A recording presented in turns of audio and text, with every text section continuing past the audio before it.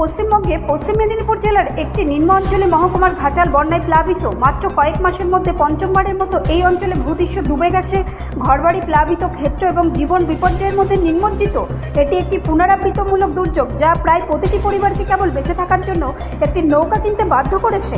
এই অঞ্চলে 2 লক্ষেরও বেশি মানুষের জন্য একটি বার্ষিক 1 শতাব্দী ভাঙা প্রতিশ্রুতির একটি স্পষ্ট সমারোহ, যা চিরতরে স্থগিত ঘাটাল মাস্টার প্ল্যানের দ্বারা প্রতিফলিত। অনেকের কাছে এটি একটি রাজনৈতিক মায়া যা নির্বাচনের সময় উপস্থিত হয় এবং ভোট দেওয়ার পরে অদৃশ্য হয়ে যায়।